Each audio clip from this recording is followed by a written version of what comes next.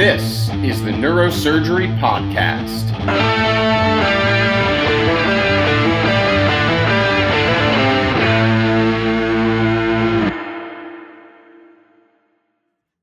Welcome back, Neurosurgery Podcast. JP and I are here with Ray Oktavec. Ray has been on the podcast before. Ray is an amazing partner in the industry. He has worked for numerous med device companies. He's also the author of an amazing book called Improving Your Game. I hear a second edition is coming imminently, Ray. It is, yeah. It's under works. Yeah, welcome back. How have you been? Doing well. Thank you for having me back. It's pretty impressive to see where this podcast has gone since 2020, the first time I was on it, and the commitment that you two have made, to continue to drive this podcast and the information that you guys are giving to this community and this niche industry we're in. Well, JP and I are so proud because our primary goal, which was to say at some point someone will say, I went into neurosurgery because of the podcast, has already occurred. Yeah. Wow. So super congratulations, JP. It's been amazing. We wanted to have you back because this is such a interesting year, 2025, med device, spine, and in the larger world, lots going on. There's a lot of action. Let's put it that way, right? For sure. Yeah. Tell us give us like a brief rundown. Well, I think, the first thing, having a new president, in power here has definitely changed some of the landscapes from the last 4 years. And I think some of those policies, without getting political on either one of those, some of the M&A activity that we expect to see has already started to happen. And in the first quarter, as we're coming to Q1 of 2025 ending, we've seen quite a bit of flurry of M&A in our very market of orthopedics and neurosurgery here. And so when you look at things going on, like the announcement of Stryker divesting their spine business and Bigliosi Brothers now acquiring that to create VB Spine, I think is just a testament to that. We see some other activities out there as it relates to the Globus NuVasive business unit now acquiring Nevro. And I think the details, as you start to explore what's going on there, are very, very interesting and will continue to run into the rest of this year. Yeah, so I will ask Ray, for some of the people listening, they don't know what you mean when you say M&A. So Okay. let's define terms so we can really dive into this, because we have some listeners in college, some even in high school, or some who are about to graduate residency and didn't know what M&A meant until they ran into you in a bar in Tampa at Spine Section a few months ago. That's me. So, I really want to drill into this, and so give the listeners some context, some general terms. We're talking about mergers, acquisitions, some consolidation, which Correct. is an issue that we talk about in healthcare writ large right now, with hospital systems, healthcare systems consolidating. But I didn't know till I ran into you at Spine Section that this was such a hot topic on the industry side as well. So pump the brakes for a second and give us a little more basic entry level for some listeners that aren't as well versed and don't live in this world. Sure. So the mergers and acquisitions, right, that are happening out there. And in the world of neurosurgery and spine and neurospine, we have nearly 400 companies manufacturing implants right now. And some of those are very commoditized products, screws and rods and cages, but the nuts and bolts of the backbone of those implant systems, with some very unique technologies in between there.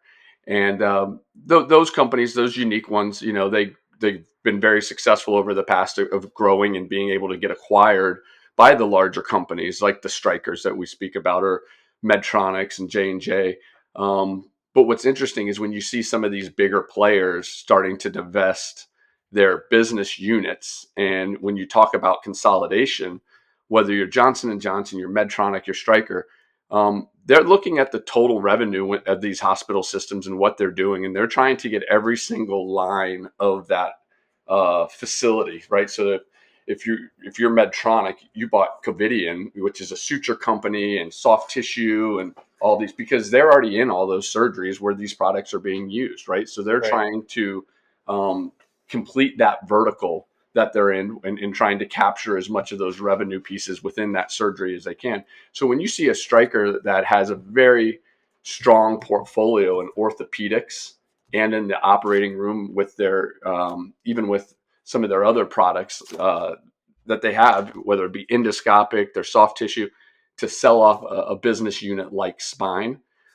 it's pretty interesting. In the 25 years that I've been in healthcare like this one was one that kind of was not a shocker to me, but it's, wow, these things are happening, and it could happen to anybody if it's happening at Stryker, right? Yeah, so Ray, let's get wonky on that because we've done a lot of podcasts that are for people who don't understand these kinds of things, but we know a lot of our listeners are very sophisticated. So the word on the street was that this was a decision, and I don't want to focus just on Stryker today, but it's the latest. This was an attempt to get the spine off the books to make their EPS or earnings per share better, their PE ratio better. Stryker's a big organization, right? I want to throw a countercurrent theory out there, and you can bash it apart if you want, just to have the conversation. Sure. Right before this happened, the latest thing, the latest most important thing was Stryker Spine's acquisition of Vertos. I shouldn't say Stryker Spine. Stryker's acquisition of Vertos, which is the mild procedure. So that's, for those of you who don't know, that's like a laminectomy done by pain docs that has grown, and so now we see pain doctors doing spine surgery or billing for it anyways. Mm-hmm. Big scare quotes on laminectomy and surgery Yeah. for the people only listening. If Right. you've seen a patient that's had that procedure done before. Yeah, I mean, it can work. I mean, I don't want to be overly like ideological. It can work, but they're using surgical codes, right, by non-surgeons.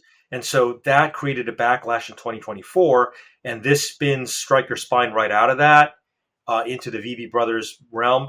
Do you think that has anything to do with it, or do you think this is more simply about the bigger piece of how Wall Street sees Stryker? I think it's the latter there. So I think the pain management business will be its own vertical and channel within Stryker. And I think they will continue to expand on that. That is a unique and growing channel. And to your point, there are more people coming into that space doing procedures that they weren't doing 5, 10, 15 years ago. 20 years ago, they wouldn't dream of doing, right? And to see what they're doing now. I think as I look at the Stryker deal, you look back just 7, 8 years ago when they acquired K2M, and they paid a lot more for K2M. We're a couple $1 billion for K2M, and the Stryker deals, rumored still to be at less than $1 billion. And on a cash flow of what? I mean, it's crazy, right? On a cash flow of somewhere around $700-800 million in the U.S. and the U.S. number is pretty tight when they say $700 to $800 million. I think that's something you can bank on. And so I've heard it's dollar for dollar from some folks that are in the know. And I know the Vigliosi brothers were looking at some other big companies too, and Stryker was the one they landed on. And no cash up front. Ray, you and I should have invested. Right. I mean, look, you and I know a couple people, Mike, that and have some friends that have some wealth. We could have taken that business. But I think at the end of the day, Stryker had to make a strategic decision from the top and say, what do we have that is really going to propel us into the future? We are no longer number 1, 2, or 3 in this space, right? And Stryker, in everywhere they can compete, they like to be number 1, 2, or 3. And I think it was going to take a lot to get them back up, and they had already made their big bet, a couple of years ago with the K2M, and that didn't work out. And you look to where that company is now, and that whole leadership is now even gone that they brought in to run that and do that. So they've moved on from that, and I think that's the most important thing. And it makes you question and wonder, what are these other guys going to do? Medtronic is another company that they want to be 1 or 2 in a space that they're in, right? And this year, on the growth number that Globus is putting out, that they looks like they're going to get surpassed by Globus as to become the new number 1, and Medtronic will fall to number 2 for the first time in my career, of being in spine in 20 plus years. So pretty wild stuff happening for sure. And these innovations are definitely these smaller companies with their innovations they're not what they used to be. And that was kind of, with the M&A, what John, you and I spoke about in Tampa, it was, when you look at the Kyphons that got acquired, or St. Francis, and these companies were being paid big multiples, and private investors and the private equity markets were coming in, and they were supporting these companies, and they were giving a lot of cash into these companies to grow, and to grow quickly, and to really generate new technology. And a lot of those companies have run out of cash. A lot of those companies are borrowing money at a very high interest rate today. We all are familiar with what's going on in the interest rate market today. And when you're borrowing money at 7-8% or more, that hurts. I mean, that 3-4-5% difference is drastic on a bottom line of these companies. And so interest rates are up. The private equity companies aren't getting the return. Investors aren't getting the return that they once, were getting in this space. And so they might be looking other places to put their money and their investments with some of this stuff now. Okay, well, if Dr. Wang asked you to get wonky, I'm going to ask you to get ideological, because you said a couple times now, how long you've been in this game and in this industry. And so I'm going to put you on the spot and ask you to state an opinion about all these issues we're discussing, because consolidation, mergers, you could make cases that it's good or that it's bad or that it's a little bit of both, but on net, everything is either good or bad, right? And Right. so I want you to pick a side, because you could say it's like Walmart, where you go there and everything's cheaper, or Amazon, where you order something online and it's efficient, right, for these companies to consolidate. Or you can say, as you kind of alluded to, that companies aren't what they used to be, and that you lose something about the spirit of a company. And if you have one company that has one product and does one thing, maybe they do that a little bit better than a company that does everything in the industry.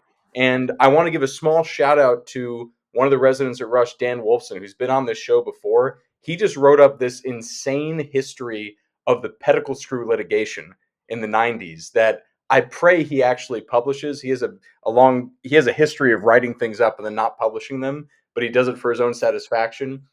And he wrote up this, it's like 25 pages about sophomore Danik and about Ron Pickard, who wouldn't take no for an answer, who wouldn't give in, and who said, screw this, I'm standing my ground. And you said these companies aren't what they used to be. And Yeah. so on the one hand, you can say consolidation makes things more efficient, more affordable, one-stop shop. And on the other hand, companies aren't what they used to be. They've lost some of the spirit, some of the fire. You've been in the game a long time on the business side of things. What is your opinion about how you see this landscape morphing, these companies merging? Do you think things are better? Do you think things are worse? So let me say, I think things are better.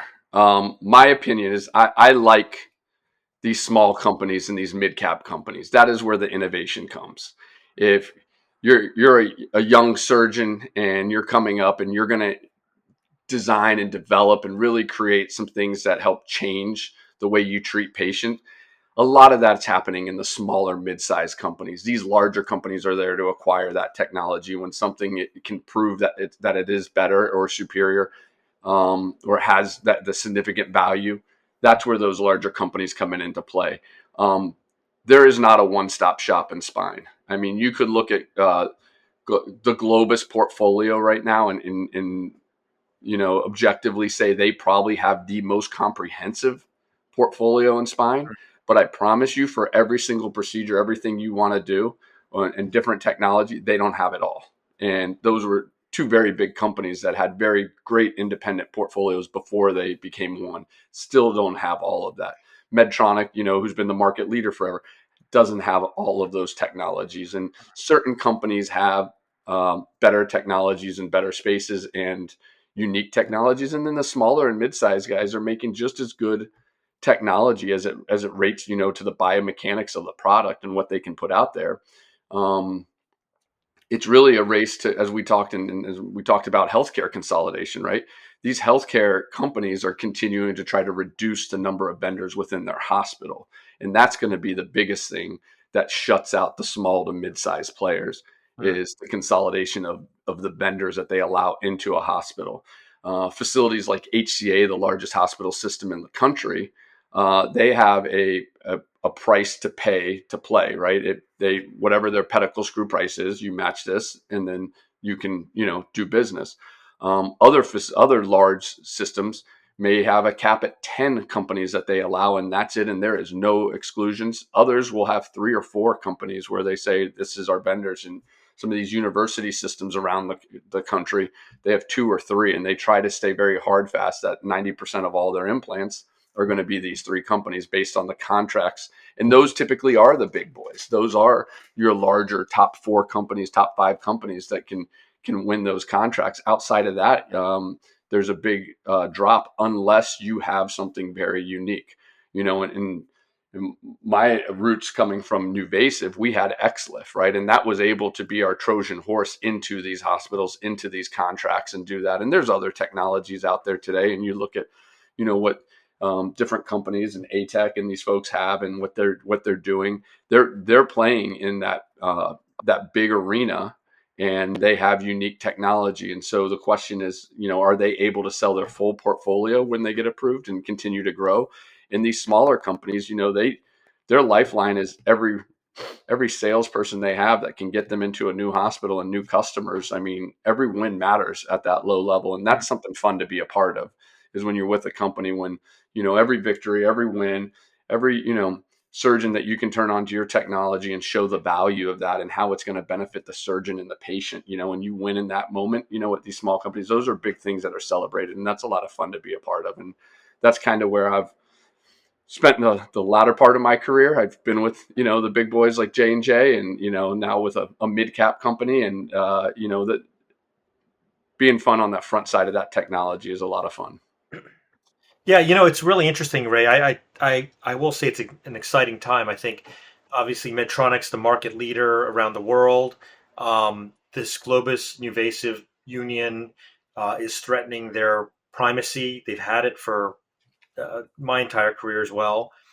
It'll be interesting to see what happens, because I also hear Medtronic's kind of like waking up, right? It's like it can be good for surgeons because it re-energizes everybody to recalibrate. But we don't have the time to go into like ATEC and High Ridge and diffuse synthes and all. And we could do a whole podcast on each one. Sure. So instead, I want to focus on a different dimension of this, which we encounter daily. And a lot of our listeners work in industry.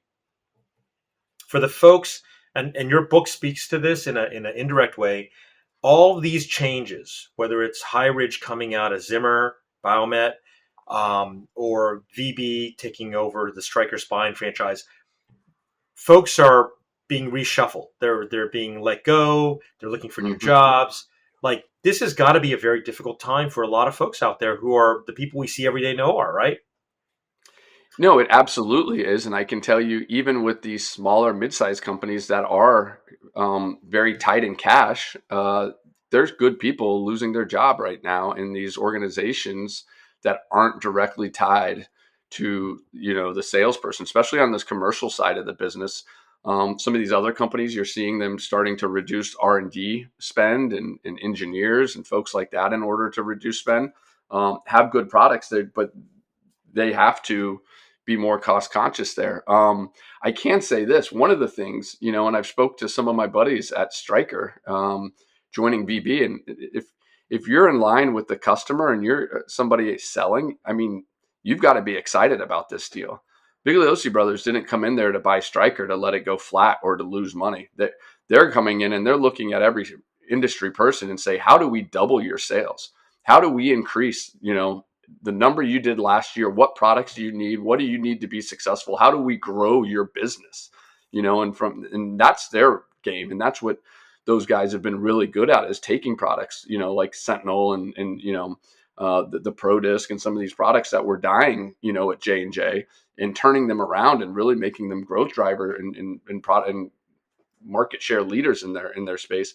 So I imagine, if you're connected to a dollar and quota and you can deliver in the new Stryker organization, the VB Spine, that's going to be very beneficial for some of the reps and those sales managers. Now, if you're middle management and you've been sitting on a cush corporate striker job for a while, that's going to get exposed pretty fast in this new world of what's, how they're going to go do their doge within that organization. But their job is to grow that business and grow sales and grow every rep in there. So that's actually, I think, optimistic as it comes to the rep and, maybe first line managers involved there.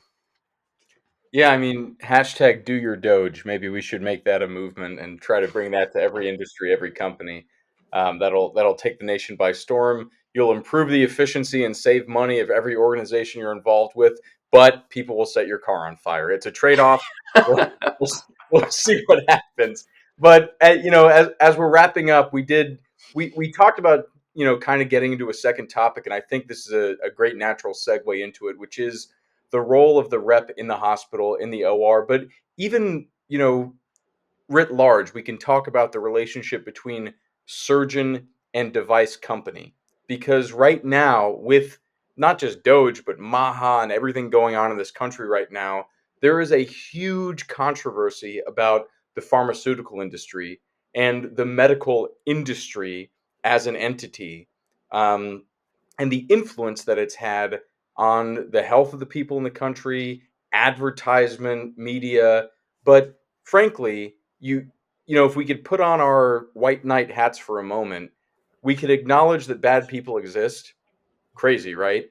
Bad people exist in medicine, in industry, in every profession that exists. But if you want to just talk about the good people on the front lines trying to do good clinical work for their patients, medical doctors need pills and injections. Surgeons need instruments and implants.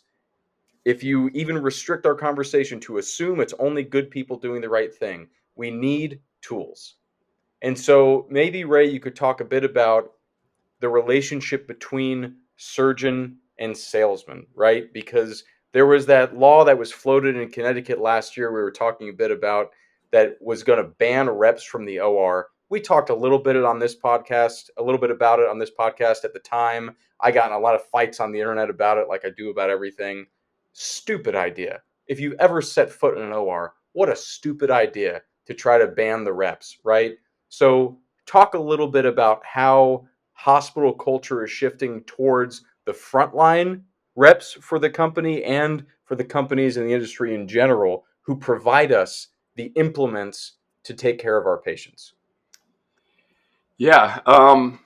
So, this fight, or kind of this tug of war that you see out there on social media right now with the reps and the ORs, it's something that's been real for a while. It's just really been highlighted and brought to light, I would say, probably in the last 12 months, and even more so in the last 3 months, that it's made kind of front and center. It seems to be popping up in my LinkedIn and my other social media topics. Guys are asking me, did you read this new post? Did you see this? And that's stuff that wasn't talked about before. But, starting with just the vendor credentialing systems that the reps are put through, and the expense and the cost to try to get into an operating room, which is a lot of bureaucracy, really, is what it's become. I think the intent, the goal, all of those things are right in there. But I mean, the largest rep tracks vendor and credentialing system is now owned by a private equity firm, right? If it puts it in perspective, and they're consolidating and they're buying up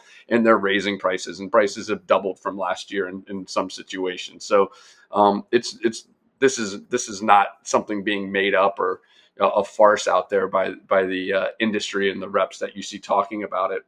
And we can get into that more if you want, but to go to the other side of it, and there's this red hat movement, right, with the reps and, the clown outfits, and we wear these purple and blue scrubs or paper scrubs that we have to buy now to come in and be part of your team, to work What with a slap in the face. Right, like to charge us, and to do those type of things. And these are the same paper scrubs that you could go buy from McKinnison for $1 a pair. You're paying $9 for. So again, there's plenty of markup and margin on here. It's not that it's doing it they're trying to save money and they're just passing it along and giving us paper scrubs. There's real numbers here that make sense. But I've always considered myself part of that operating team. And if I walk into Dr. Wang's operating room or your operating room, you better believe I be held to the same standard or higher standard than any other person on that team with the expectations of what I'm supposed to deliver and bring, right? And there's no sales. That's the other thing is it's, the reps, the bad rap. All the sales is done way before you make it to an operating room. When you're there for an operating room, you're there for a surgery, a patient, and a support a surgeon, right?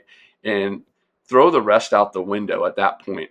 We are there on a clinical mission to, succeed and to provide the best, input and information and knowledge to everybody in that room so this can succeed in an efficient and effective manner in surgery. And so all the other hoopla that goes around that, I just, I can dismiss. If you want to talk about the selling practices or any of these other things, we can get into that. But I mean, we have AvMed and medical devices. You've got, the pharma guidelines on the pharma side, and they're as stricter than what our U.S. senators and congressmen have to follow. We can't fly anybody on private jets to chateaus in Aspen on vacation for a week, right? To talk to them for an hour. I wish. Yeah.